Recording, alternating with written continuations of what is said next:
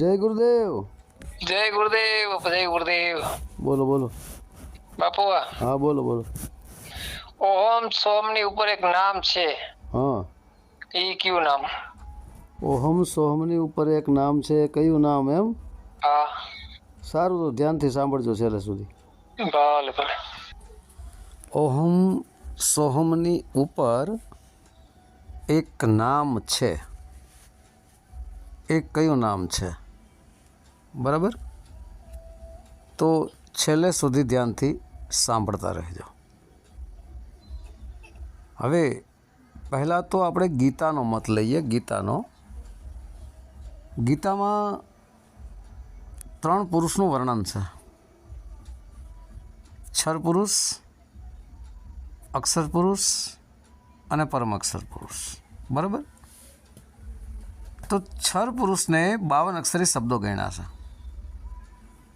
52 અક્ષરી શબ્દો એ ક્ષર પુરુષ છે. ક્ષર પુરુષ એ જ મન છે. બરાબર, મતલબ 52 અક્ષરી જે શબ્દો છે એ ખતમ થઈ જાય. બરાબર, મન પણ સમાપ્ત થઈ જાય. તો હવે ક્ષર પુરુષની ઉપર કોણ છે? અક્ષર પુરુષ. અક્ષર પુરુષને જ આત્મા કહેવામાં આવ્યો છે. બરાબર, તો આત્મા દ્વારા જ, આત્માની શક્તિ દ્વારા જ આ ક્ષર પુરુષ રૂપી મન ચાલી રહ્યું છે. આ 52 અક્ષરો મતલબ પ્રગટ થઈ રહ્યા છે આત્મા દ્વારા જ. બરાબર, શરીરમાં જો આત્મા ન હોય તો આ બધું ઠપ થઈ જાય, કોઈ વસ્તુ ચાલે નહીં. ક્ષર પુરુષ રૂપી મન પણ ન ચાલે, મન બુદ્ધિ ચિત્ત અહંકાર કોઈ વસ્તુ ચાલે નહીં, બધું ઠપ થઈ જાય. શરીર પણ ન ચાલે. આત્મા જે છે તે શરીરમાં 10મા દ્વારમાં એક જ્યોતિ સ્વરૂપે છે, સંતોના મત પ્રમાણે. બરાબર, અને એ આત્માની અંદરથી સોહમ શક્તિ પ્રગટ થઈ. સોહમને આત્મા પણ કહેવામાં આવે, સોહમને શબ્દ પણ કહેવામાં આવે. તો આત્મા જ્યોતિ સ્વરૂપ પણ છે અને શબ્દ પણ છે, સોહમ શબ્દ સ્વરૂપ પણ છે. બરાબર, તો સોહમ શબ્દનું સ્થાન હૃદયમાં છે, જ્યાં શિવ અને શક્તિનો વાસ છે. શિવ એ જ શિવોહમ, શિવોહમ એ જ સોહમ. બરાબર, પછી એ હૃદય ચક્રમાં સોહમ શબ્દ શિવ સ્વરૂપી શિવોહમ શબ્દ, સોહમ શબ્દ પ્રાણ શક્તિને ચલાવે છે, કારણ કે હૃદયમાં જ પ્રાણનો વાસ પણ છે. બરાબર, તો આ રીતે આ સોહમ શક્તિ મતલબ આત્મા શક્તિ પૂરા શરીરમાં વ્યાપક છે. એક એક રૂવાડામાં આત્માની સોહમ શક્તિ છે. સરવાળે બે એક જ છે, સોહમ શબ્દ કહેવાય છે, અને આત્માને જ્યોત સ્વરૂપી એક પ્રકાશ કહેવાય છે. સરવાળે છે બે એક જ. બરાબર, પછી એનાથી જે ઉપર છે એને પરમ અક્ષર કહેવામાં આવે છે. પરમ અક્ષર પુરુષ. તો પરમ અક્ષરનો શું થાય છે અર્થ? જ્યાં અક્ષરો જ નથી.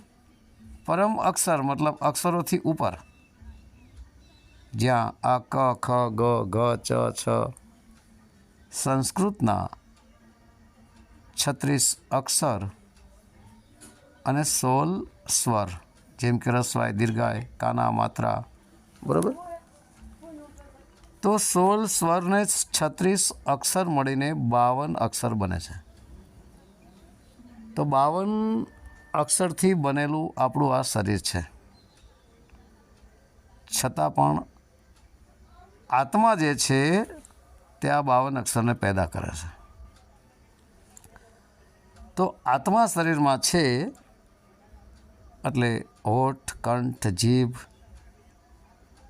શ્વાસોશ્વાસની ક્રિયા પ્રાણવાયુનો સહારો લઈ અને આ 52 અક્ષરો શબ્દને પ્રગટ કરે છે, બોલે છે. તો એનો અર્થ એ થાય છે કે 52 અક્ષર આ આત્માની અંદર છે. તો ફાઇનલ વાત થઈ ને. જો આત્માની અંદર 52 અક્ષર ના હોય તો પ્રગટ જ ન કરી શકે. બરાબર. હવે 52 અક્ષરને પ્રગટ કરવા માટે હું ઘણીવાર વાત કરું છું કે અંતકરણ, અંતઃ પ્લસ કરણ. બરાબર. તો અંતઃ, અંતનો અર્થ છે અહીંયા શરીરથી ઉપર, કામ, ક્રોધ, લોભ, મદ, મોહ, શબ્દ, સ્પર્શ, રૂપ, રસ, ગંધથી ઉપર, 5 તત્વથી ઉપર, રજોગુણ, તમોગુણ, સત્યગુણ 3 ગુણોથી ઉપર, મન માયાથી ઉપર. બરાબર.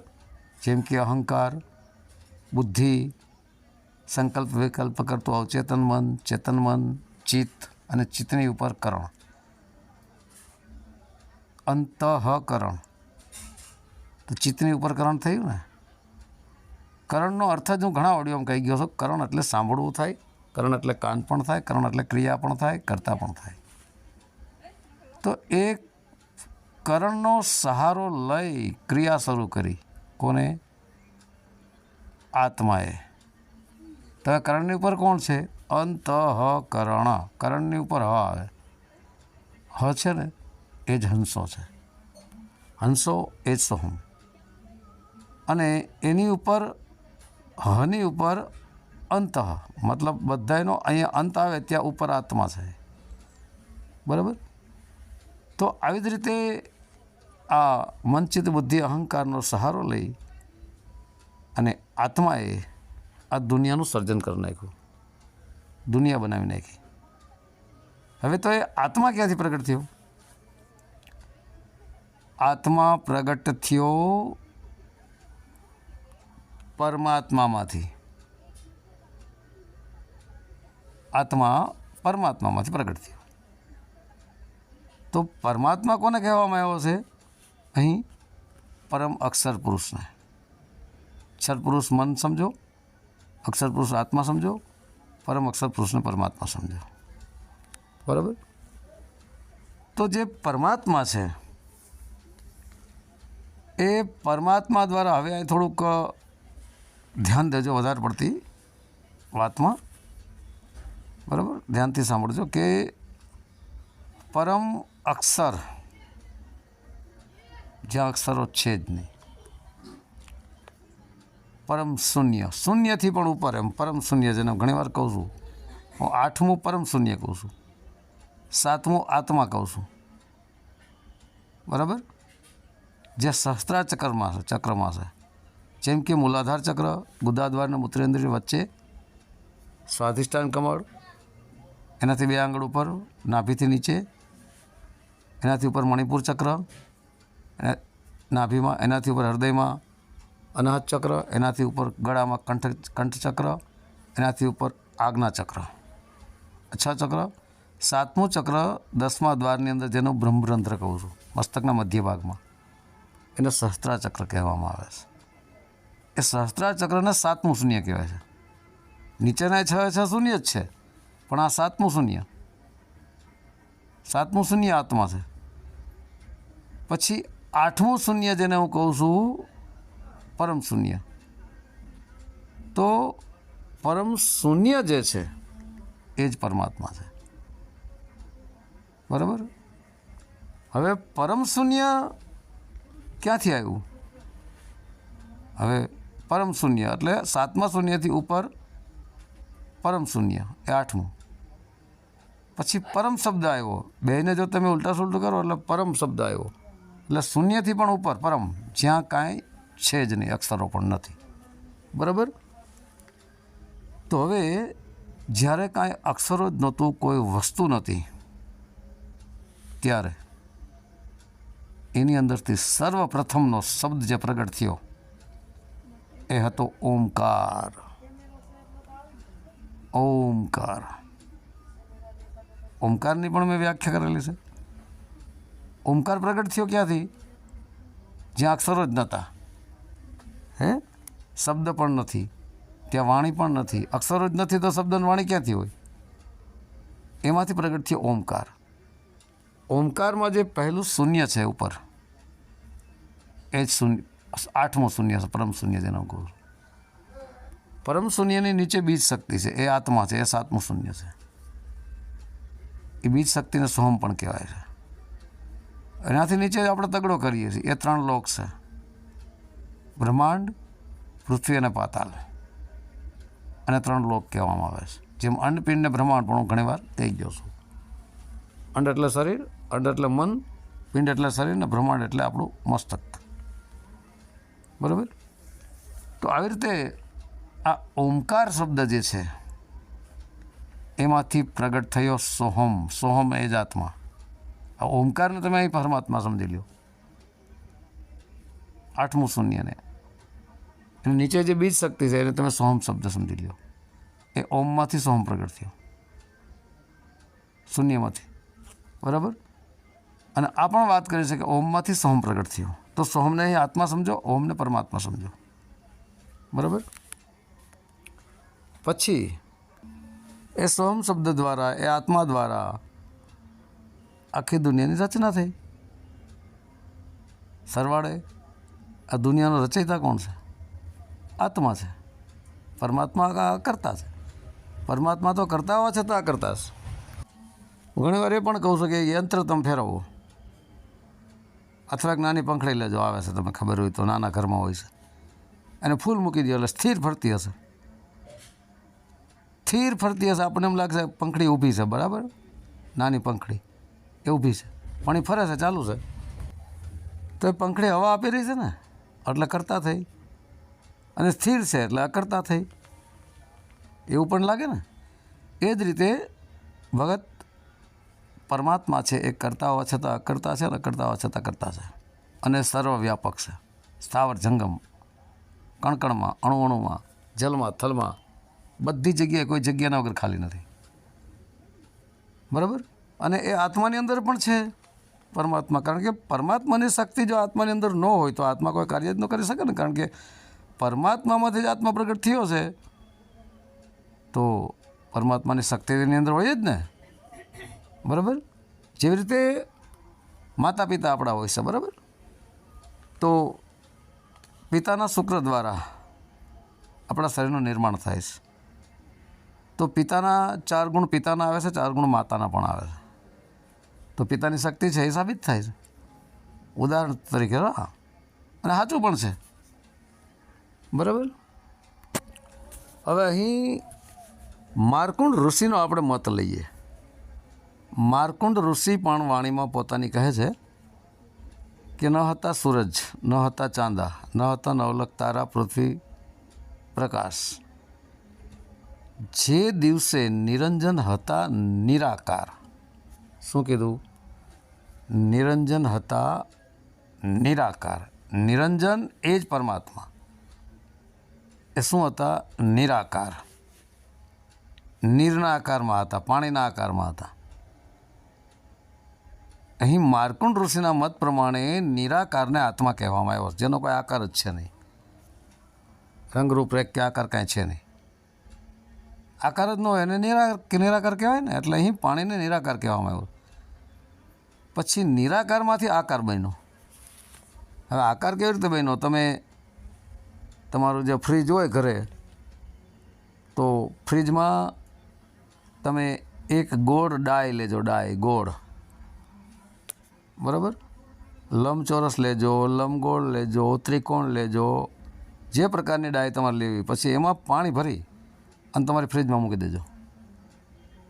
બરાબર? ચાલુ કરી દેજો આખી રાત. સવારે બરફ થઈ જશે. બરફ થઈ જશે એટલે આકારમાં આવી ગયો ને, પાણીમાંથી બરફ બની ગયો એટલે બરફ આકારમાં આવી ગયો. આકાર આવી ગયો ને, આકાર કયો સાકાર કયો. એટલે આખું જગત જે છે એ સાકાર સ્વરૂપ છે આત્માનું. એ શિવનું સાકાર સ્વરૂપ છે. અને શિવ સ્વયં નિરાકાર પણ છે. શિવને આત્મા પણ કહેવાય છે. બરાબર? પછી એ બરફ ઓગળી જાય એટલે ફરી પાછું પાણી થઈ ગયું, બરાબર. તો આ આત્મા સાકાર સ્વરૂપમાં આવ્યો, બરફના રૂપમાં સાકાર સ્વરૂપ, આખી દુનિયા સમજી લો સાકાર સ્વરૂપમાં, ફરી એ નિરાકાર સ્વરૂપમાં ફરી પાણી થઈ ગયું, બરાબર. તો હવે પાણી ક્યાંથી આવ્યું એ પ્રશ્ન ઉઠે ને. પાણી નહીં, આપણે આત્મા સમજવાનો છે, બરાબર. આપણે પહેલાં કીધું છે કે નિરંજન હતા નિરાકાર, મતલબ નીરના આકારમાં હતા. કોણ? નિરંજન. નિરંજન એ પરમાત્મા છે.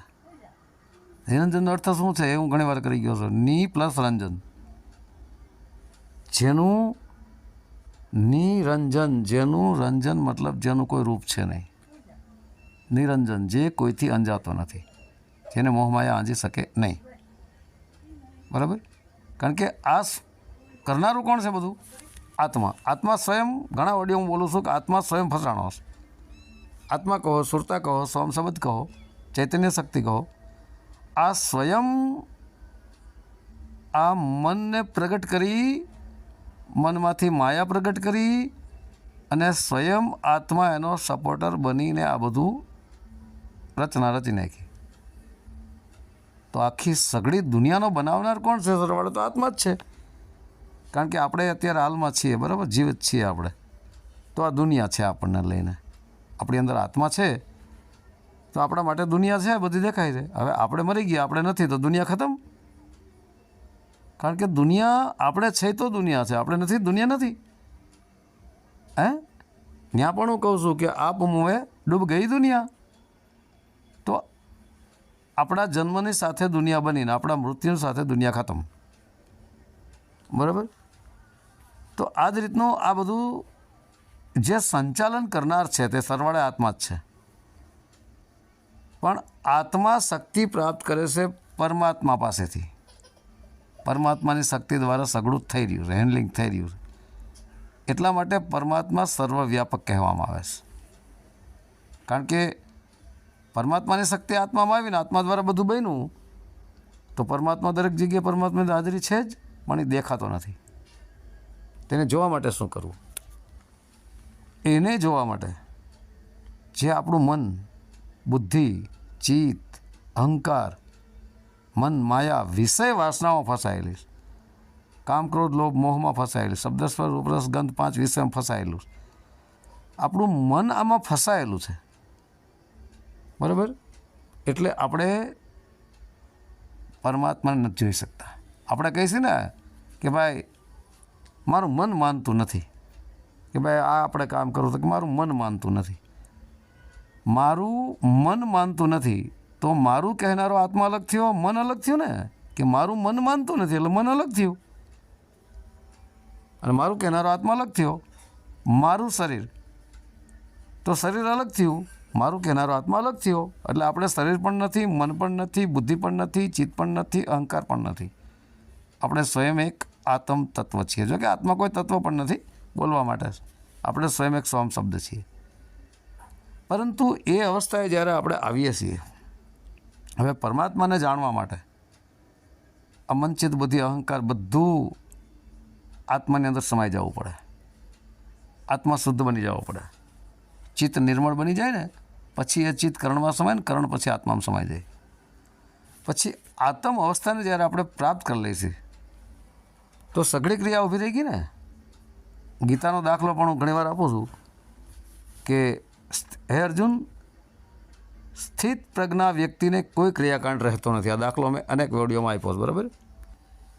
સ્થિત પ્રજ્ઞા એટલે આત્મ અવસ્થામાં સ્થિર, સ્વયં આત્મ અવસ્થામાં પ્રાપ્ત થઈ ગયા આપણે. તો મનચિત બુદ્ધિ કાંઈ રહ્યું તો નહીં જેના જરીએ આપણે દુનિયા હલાવતા હતા. હે, ચિત્તમાંથી સંકલ્પ વિકલ્પ ઉઠે, સંકલ્પ વિકલ્પ ઉઠે જાવ ચેતન મન. સંકલ્પ વિકલ્પ આપણે ઉઠો કે કાંઈ કરવું છે આપણે, ચિત્તમાંથી સંકલ્પ પ્રગટ થયો, બરાબર. કે ચલો મારે મોરબી જવું છે તમારા ગામ સુલતાનપુરથી. તો તમને સંકલ્પ ઉઠો ને કે ચલો મોરબી જાઓ, તમે તમારું મોટરસાઇકલ ઉઠાવ્યું અને તમે મોરબી તરફ રવાના થયા. જો એ સંકલ્પ જ તમારી અંદર ન આવે તો મોરબી કઈ રીતે જાઓ? પહોંચી જ ન શકો ને. એટલે ચિત્તમાંથી સંકલ્પ પ્રગટ થયો એટલે તમારી ક્રિયા બધી ચાલુ થઈ ગઈ. મોટરસાઇકલની કિક મારી, તમે ચાલુ કરી, રોડ માથે ચડ્યા અને પછી ધીરે ધીરે તમે મોરબી પહોંચી ગયા, ક્રિયા શરૂ થઈ ને. એવી જ રીતના ટોટલ જે ક્રિયાકાંડ બધો ઊભો રહી જાય છે ક્યાં? આત્મ અવસ્થાની અંદર. મનચિત બુદ્ધિ અહંકાર અને કરણ આત્મામાં લઈ થઈ જાય. આત્મામાં લઈ થઈ ગયું બધું એટલે ક્રિયા બધી અટકી ગઈ ને. હે એના પછી કાંઈ કરવાની જરૂરત જ નથી. ત્યાં જોતો સાંભળતો ને બોલતો બંધ થઈ જઈશ.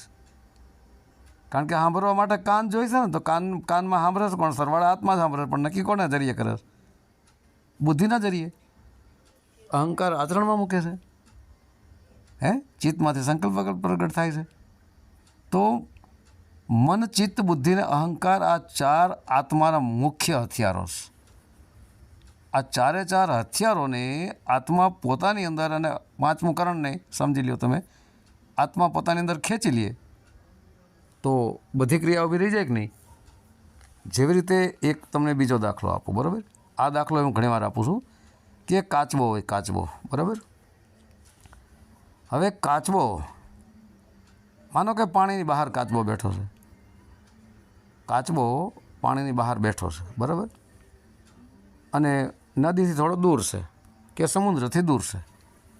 એટલે ઉપર બાજ પક્ષીઓ ઉડતા હોય, જે કાચબાના શિકારી હોય, પછી બીજા પ્રાણીઓ પણ હોય છે, કૂતરા પણ હોય છે, અથવા તો કાચબો હાયલો જતો હોય અને કાચબાને કોઈ ભય પ્રગટ થાય કે મારી માથે મૃત્યુ ફરી રહ્યું છે. ત્યારે કાચબો શું કરે છે? પોતાના ચાર પગને પાંચમું માથું અંદર ખેંચી લે. અંદર ખેંચી લે એટલે પથ્થર જેવું લાગે, કાળો પથ્થર પડ્યો છે, કે જંગલી કાચબો હોય તો કે ભાઈ કાબર ચિત્ર પથ્થર પડ્યો છે, બરાબર? હવે આ પાંચે પાંચ અંગોને કાચબાએ અંદર ખેંચી લીધા એટલે કાચબો સલામત થઈ ગયો. પક્ષી ઉપર ઉડતા હોય તો એને ખબર ન પડે ને કે અહીં કાંઈક જીવ છે એમ.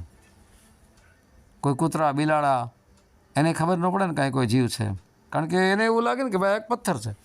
પણ કાચબો હાલવાનું શરૂ કરે, પગ ચાર બહાર કાઢે, માથું બહાર કાઢે અને હાલવાનું ચાલુ કરે તો ખબર પડે ને કે ભાઈ આ તો કોઈ જીવ છે. પછી એની ઉપર પક્ષી અથવા અન્ય કાચબાનો શિકાર કરતા પ્રાણીઓને પકડી લે છે, બરાબર?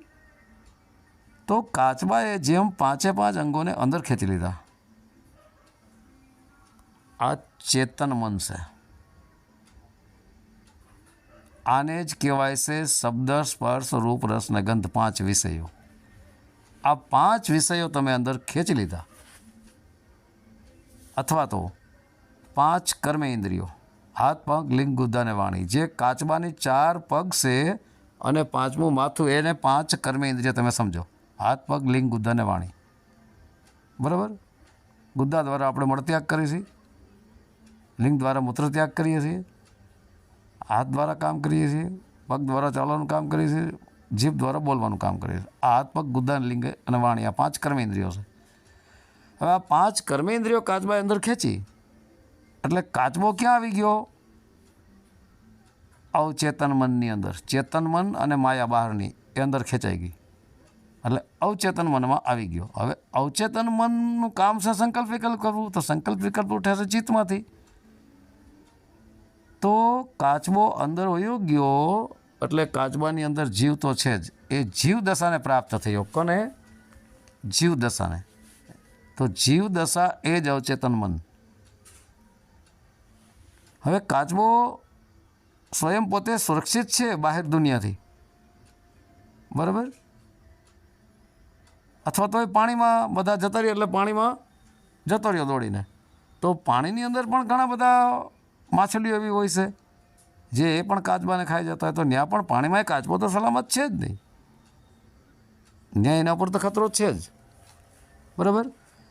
તો પાંચ કર્મેન્દ્રિયો અંદર એને ખેંચી લીધી એટલે અંદરની પાંચ જ્ઞાનેન્દ્રિય પ્રગટ થાય છે, જેને હમણાં આગળ હું બોલ્યો હું શબ્દ, સ્પર્શ, રૂપ, રસ ને ગંધ. આ સંકલ્પ અને વિકલ્પ અવચેતન મનમાંથી. એનું શું કરવાનું? કારણ કે પાંચ કર્મેન્દ્રિયો ખેંચી લીધી અંદર, તો કાચબાની મુક્તિ થઈ ગઈ એવું ન સમજાય, કે કાચબો બચી ગયો એવું ન સમજાય. કારણ કે અંદરથી સંકલ્પ અને વિકલ્પ થાય, ફરી પાછી પાંચે પાંચ ઇન્દ્રિયો બહાર કાઢી શકે, ફરી પાછું ચાલવાનું શરૂ કરી દે છે ને. ચાલવાનું શરૂ કર્યો એટલે માયામાં આવ્યો, અને અંદર ખેંચી લીધો એટલે મન અવસ્થામાં યોગ્ય, ચેતન મન અવસ્થામાં. બરાબર? ચેતન મન અવસ્થામાં યોગ્ય એટલે ચેતન મન અવસ્થાને સપોર્ટ કરનારું અવચેતન મન છે. એ સંકલ્પ વિકલ્પ કરી અને ચેતન મનને આપે ને ચેતન મન માયાને આપે ને એના જરીએ શરીર કામ કરે છે. તો અવચેતન મન પણ બુદ્ધિને ખેંચી લે અંદર. બુદ્ધિનું કામ શું છે? નક્કી કરવું. પછી બુદ્ધિ, પછી અહંકાર છે. અહંકારનું કામ શું છે? આચરણમાં મૂકવું. હવે અહંકાર સમાઈ ગયો બુદ્ધિમાં, બુદ્ધિ સમાઈ ગઈ સંકલ્પ વિકલ્પ અવચેતન મનમાં, અવચેતન મન સમાઈ ગયું ચિત્તમાં. બરાબર? બધું ચિત્તમાં આવી ગયું. હવે ચિત્ત પણ નિર્મળ થઈ જવું પડે. ટોટલ સંકલ્પ અને વિકલ્પ બંધ થઈ જવું પડે. એટલે ચિત્ત થઈ ગયું નિર્મળ. પાનબાઈ માતા પણ કહે છે ને કે એમ, ગંગા સતી માતા કહે છે પાનબાઈને કે પાનબાઈ નિર્મળ ચિત્ત કરીને તમે આવો મેદાનમાં. નિર્મળ ચિત્ત એટલે ચિત્તની અંદર કોઈ મેલ ન હોવો પડે. પછી નિર્મળ જે ચિત્ત છે જેની અંદર કોઈ ક્રિયા રહેતી નથી, સંકલ્પ વિકલ્પ ખતમ. પણ ચિત્તની ઉપર જે મેં કીધું કરણ, એ કરણને સપોર્ટ કરે છે હંસો, હરૂપી હંસો. સોહમ શબ્દ, સોહમ શબ્દને સપોર્ટ કરે છે આત્મા. સરવાળે બે એક જ છે. ફરી એને ક્રિયા શરૂ કરી તો ફરી ચિત્તમાં પાછું બધું શરૂ થઈ ગયું ને. તો આવી જ રીતના ભગત મનચિત્ત બુદ્ધિ અહંકાર જ્યારે આત્માની અંદર સમાઈ જાય છે ત્યારે આપણે આત્મ અવસ્થાને પ્રાપ્ત કરીએ છીએ. આત્મ અવસ્થાને પ્રાપ્ત કર્યા પછી આત્મ જ્ઞાન દૃષ્ટિ ખુલે છે. આત્મ જ્ઞાન દૃષ્ટિ. તો આત્મા તો સ્વયં આપણે પોતે જ છે. તો જ્ઞાન દૃષ્ટિ એવું શું છે? આત્માને પરમાત્મા દ્વારા જ્ઞાન કરાવવામાં આવે છે કે તારાથી ઉપર છું હું એમ. જ્ઞાન એટલે સમજણ, જ્ઞાન એટલે જાણકારી, દ્રષ્ટિ. એ જ જ્ઞાનની દૃષ્ટિ દ્વારા એ આત્મા કહો, સોહમ શબ્દ કહો કે સુરતા કહો, એ પરમાત્મા તરફ ઉપર ઉઠે છે. કારણ કે એની આત્માની દૃષ્ટિ ક્યાં હતી? શરીરમાં. એટલા માટે આત્મા શરીરમાં ફસાયો હતો. નીચે દૃષ્ટિ હતી, વિષય વાસનામાં દૃષ્ટિ હતી, મોહમયમાં દૃષ્ટિ હતી આત્માની. પણ એ દૃષ્ટિને એને ઉલટી કરી નાખી. એ દૃષ્ટિને એને ઉલટી કરી અને પરમાત્મા તરફ લગાડી. એટલે પરમાત્માનો ઓમકાર રૂપી શબ્દ એને સાંભળ્યો. કોને? આ સોહમ રૂપી આત્માએ. કે જ્યોત સ્વરૂપી આત્મા તમે ગણો, પ્રકાશ એ પ્રકાશ. તો એ આત્મરૂપી પ્રકાશે પરમાત્મ પ્રકાશને જોયો જ્યાં કરોડો સૂર્ય ઝાંખા પડી જાય છે. આવી શક્તિ છે પરમાત્માની. બરાબર? હવે ઘણા ઓડિયોમાં એ પણ વાત કરું છું કે નાભ્યથી શ્વાસ આવન જાવન કરે છે. શ્વાસોશ્વાસની ક્રિયામાં સોહમ શબ્દ ચાલી રહ્યો છે. સોહમ શબ્દની અંદર જ ગુરુ શિષ્ય બે છે. સો સે ગુરુ છે ને હમ સે શિષ્ય છે. સો સે પરમાત્મા છે ને હમ સે આત્મા છે. એ પછી શ્વાસના માર્ગે ઉપર ચડે છે. આ પણ વાત કરું છું. બરાબર? ડાબી અને જમણી નાડી સમાન માત્રામાં ચાલવા લાગે. સુષુમ્નાનું દ્વાર ખોલ્યું, બ્રહ્મરંધ્રમાં પહોંચી સોહમરૂપી સુરતા કે શબ્દ બ્રહ્મરંધ્રને ખોલી નાખ્યું. 10મા દ્વારને ખોલ્યો. આત્મ પ્રકાશ એ પ્રકાશ પોતાના સ્વરૂપના પોતાના સ્વરૂપમાં આવી ગયો. સ્વરૂપમાં આવી પછી બ્રહ્મ પ્લસ રંધ્ર. રંધ્ર એટલે હોલ કાણું એક બારી. ત્યાંથી પ્રકાશમય બની અને એ પ્રકાશની અંદરથી સોહમ શબ્દ બહાર નીકળો. એ કાણામાંથી, રંધ્રમાંથી, હોલમાંથી સોહમ શબ્દ બહાર નીકળી અને પછી બહારના ઓમકારને પકડી લીધો એને. કારણ કે ઓમકાર છે ને દેહથી વિદેહ છે. આત્મા દેહની અંદર છે, પરમાત્મા દેહથી વિદેહ છે. પરમાત્મા દેહમાં નથી, પરમાત્મા દેહથી બહાર છે. કે પછી અનાદિ સોહમ કેવો હોય તો કહી શકો છો કે આદિ સોહમ આત્મા, અનાદિ સોહમ પરમાત્મા. તો હવે એ જે સોહમ છે એ જ આત્મા છે. તો સોહમરૂપી આત્મા બહાર નીકળો એટલે અનાદિ સોહમને એને પકડો. અનાદિ સોહમને પરમાત્મા સમજો, આદિ સોહમને આત્મા સમજો. હવે પછી એ સોહમ આગળ વધ્યો એટલે હમરૂપી જે સુરતા છે, હમરૂપી આત્મા સો રૂપી શબ્દમાં હમાણો. સો હમ, શ્વાસ અંદર ખેંચો સો, બહાર કાઢ્યો હમ. એટલે હમરૂપી આત્મા સો રૂપી આ પરમાત્મા રૂપી શબ્દમાં સમાણો. એટલે આ હમરૂપી સુરતા 100 રૂપી શબ્દની અંદર સમાઈ ગઈ. એટલે શું રહ્યું? 100. હમ ખતમ થઈ ગયું. જ્યાં સુધી હું હતો ત્યાં સુધી હરી નહોતો, હવે હરી છે, હું કાંઈ નથી. બરાબર? કે હું કાંઈ છું જ નહીં, આવું નક્કી થઈ ગયું. એટલે તો હું કાંઈ નથી એવું નક્કી થઈ ગયું. તો બધા દુઃખોનું મૂળ શું છે? હું પણ હું મેં હું કાંઈક છું. તો જ્યાં સુધી હું છે ત્યાં સુધી તું નથી. હું એટલે હું આત્મા, અને હું એક મિથ્યા અહંકાર. હું નથી કરતા ફરતા મેં એ મિથ્યા અહંકાર છે. હું પણ મિથ્યા અહંકાર છે. પણ હવે ઓરિજિનલ હુંમાં આવવાનું છે, ઓરિજિનલ મેંમાં આવવાનું છે. ઓરિજિનલ હું આપણે આત્મા છે. એટલે આત્મા હું પણ મૂકી દઈએ ને તું એટલે પરમાત્મા. સોહમ, હે પરમાત્મા, જે તમે છો તે જ હું છું. બરાબર? મારા રૂપમાં અને તમારા રૂપમાં કાંઈ ફરક નથી. આત્માનું સ્વરૂપ અને પરમાત્માનું સ્વરૂપ સરવાળા બે એક જ છે. આત્મા પણ એક સોહમ શબ્દ છે અને પરમાત્મા ઓમકાર શબ્દ છે. તો આ ઓમકાર જે આ સોહમકાર જે છે ઓમની અંદર સમાઈ ગયો. કેવી રીતે સમાય છે? કે હમરૂપી સુરતા 100માં સમાણી. બરાબર? એટલે શબ્દ રહ્યો 100. 100 પછી જોજો ઓ લાગ્યો, ઓ પછી લાગ્યો, લાસ્ટમાં આ પણ ખતમ, અક્ષરો જ નહીં. હવે અહીં હમરૂપી સુરતા એ શિષ્ય છે, 100 રૂપી શબ્દ એ ગુરુ છે. તો અહીં સુરતા પણ ખતમ અને શબ્દ પણ ખતમ, કાંઈ રહ્યું નહીં. જ્યાં અક્ષરો છે ને નિર્વાણી, જ્યાં વાણી છે જ નહીં. વાણી કયો કે શબ્દ કયો? તો જ્યાં વાણી પણ નથી, શબ્દ પણ નથી, સુરતા પણ નથી, શબ્દ પણ નથી, ગુરુ પણ નથી, શિષ્ય પણ નથી. જ્યાં અક્ષરો જ છે નહીં. આ છે પરમ અક્ષર પુરુષ. તો ઓહમ સોહમની ઉપર કોઈ નામ જ નથી ભગત. કોઈ કહેતા હોય ને કે ઓહમ સોહમની ઉપર એક નામ છે, ઓહમ સોહમની ઉપર એક નામ જ નથી. એ અનામી છે, એનું નામ જ નથી. ઓહમ સોહમની ઉપર તો અનામી છે, એનું કોઈ નામ જ નથી. ઓહમ સોહમની ઉપર નિર્વાણી છે, જ્યાં વાણી જ નથી, શબ્દ જ નથી, હે અક્ષરો જ નથી. અક્ષરો હોય તો નામ પડે ને, ત્યાં કાંઈ છે જ નહીં. તો ઓહમ સોહમની ઉપર અનામી છે, જેનું કોઈ નામ જ નથી, જ્યાં કોઈ અક્ષરો પણ નથી, કોઈ શબ્દ પણ નથી, ગુરુ પણ નથી, શિષ્ય પણ નથી, ત્યાં કાંઈ છે જ નહીં. આ લાસ્ટની અવસ્થા છે, છેલ્લે, જ્યાં આપણે કાંઈ નથી. બરાબર? તો હવે વાણીને વિરામ આપું છું. સત્ય સનાતન ધર્મની જય.